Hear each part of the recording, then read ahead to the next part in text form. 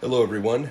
Today I'm going to attempt to make and upgrade a custom heater that I found on Facebook Marketplace. I got this idea from a guy on YouTube. He made his own heater box for really cheap, but I decided to try to find a vintage style heater, which there's a lot of them on the marketplace. And this one was complete. It came out of a 30s car. I'm not sure what it came out of. I have no idea. I think these were options. So basically this is what it's got. It looks very retro, and I really like how it looks. I'm going to flip it up on its side here so you guys can see what it came with normally, what it came with originally. So it's got this fan right here with tied into a sheet metal base, and this hole and that hole would line up, and you would put a screw in there to hold it in place. That's how it's held in place. And these holes back here were probably mounted into the firewall, those square holes, to hold that whole thing in place on the firewall. And then you've got your heater core tubes going out into the engine compartment. So I'm going to pop this out, and then here's the original heater core. We'll pull this out, and you might ask, well, that's a pretty hefty heater core. Why don't you use that in your upgrade? And the reason that you shouldn't, according to my research on the net, is 30s and 40s cars, generally speaking, were not set up with pressurized cooling systems. So this is not going to hold up under a whole bunch of pressure. So based on that, I was able to get some parts and pieces from the one guy that showed everybody how to do a low dollar heater on YouTube, and here's what I came up with. I'll show you here. So number one, we found this heater core, and this is from a Ford Ranger. Comes from a small Ranger truck. Readily available, aluminum, super nice. It's going to fit basically right in there just like that. I'm going to put some insulation in there to hold it in place, and these guys right here will come through the firewall and hook up my my heater hoses. And then for a fan, I ended up getting a Spal fan, S-P-A-L. The reason I'm choosing that is the guy on the other YouTube video tried to use a low dollar fan, and it didn't work out, and he ended up buying a nice Spal fan like this. So the object here is we're going to put this in place. I'm going to cut some of this out, drop it down so it's not quite flush with the edge of the back here. And then you've got this potentiometer switch, which I found also from the guy from YouTube, but you can find these on Amazon. They're very inexpensive.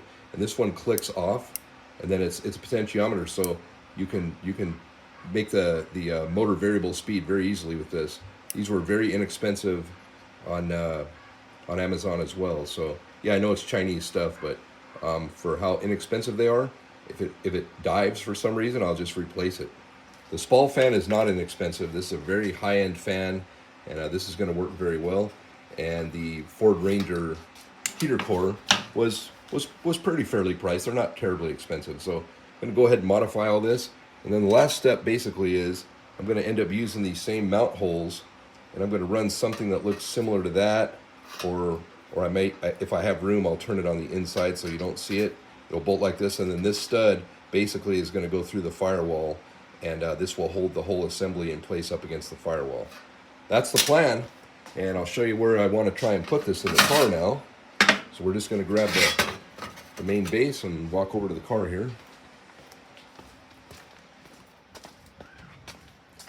And the object is to put it somewhere right here, somewhere in that area. Drop it down a little bit, put it somewhere right there, and that should work pretty good for this little small car. It just happens to fit in there beautifully. So we'll see how all this works out. I'll get you some more backup info once I finish it. All right, so I've got the piece all mocked up now. I'm pretty sure I've got it dialed in to what it needs to be.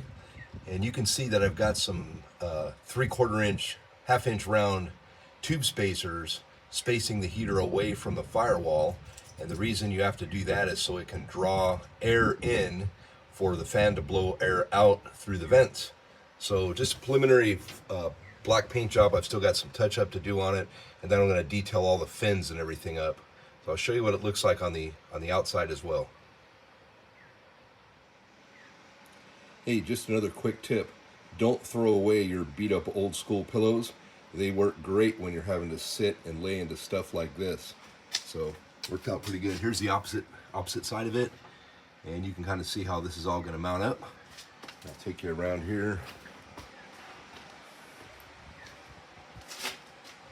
Tubes are going to come out perfectly. The hose is going to go right on there, and there's my mounts. So this thing's going to work pretty good to finish up all the welds, etc., as you can tell. But I've got most of it dialed in now, and in pretty good shape. Okay, I've got everything pretty much mounted up.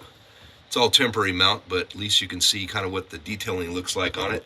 Painted it up and sanded down the fins and everything. It's very Art Deco and very vintage, and I really like the way it came out. I'm going to fire up the fan here in just a minute and show you the kind of airflow that we're getting out of this thing. And then I'll show you how I'm going to set up the on-off water valve, which is very simple as well. Okay, I've got the Spall fan going now. This thing doesn't play games, it's pretty significant. And I'm going to take a piece of tissue here and I'll show you how far we're getting air back. So you can see where it is right here. Throwing air all the way underneath the back, all the way underneath the seat, all the way behind the seat. So just give you a quick look. Pretty good distance all the way to here, and it's still blowing air very nicely. So we won't have any issues with that. And then on the outside, I'll set this water valve up right here.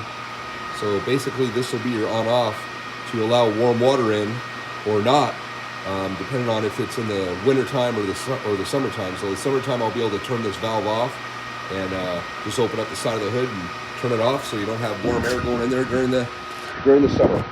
So this thing makes some little bit of noise, but certainly getting the job done.